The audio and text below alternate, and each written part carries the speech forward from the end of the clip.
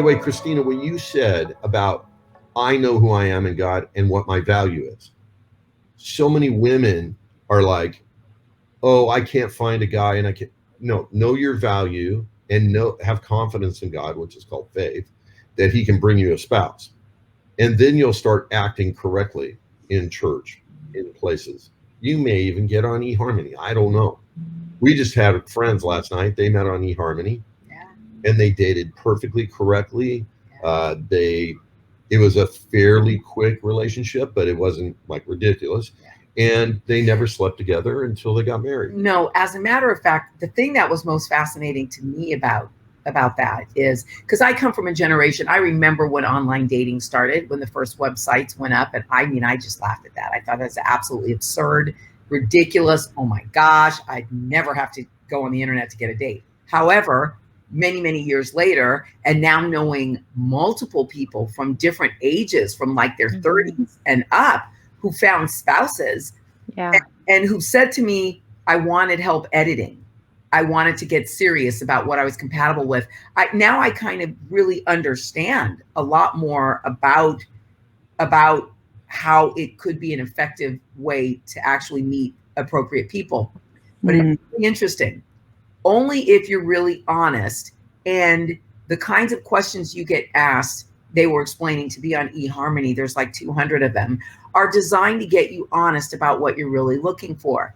Interesting, because out of everyone that they were told they were compatible with, each of them only found one other person that basically mentioned that they were looking for someone, and only someone who was interested in kingdom living. That's pretty crazy to think that basically, what she was saying was that the wife was saying was, if a man wasn't in love with Jesus enough to make Jesus a part of his dating profile, to make him the basic foundation on which he would even have a coffee or a conversation with the girl, he was not worth her time. And girls, hear me. This should be bottom line.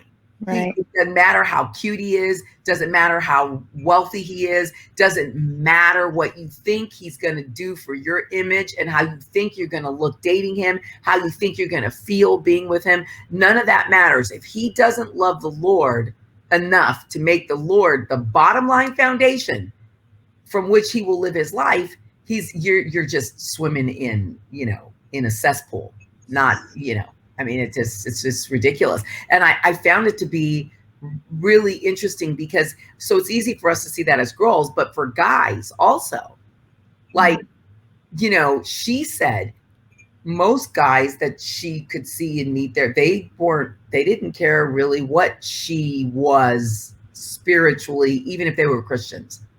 They were a little bit more open to her being immature or whatever. It wasn't a priority for them. And she knew to run, because guys, you want to be looking for a girl that has Jesus as her priority, because then she'll be a certain kind of a person to you and to your children.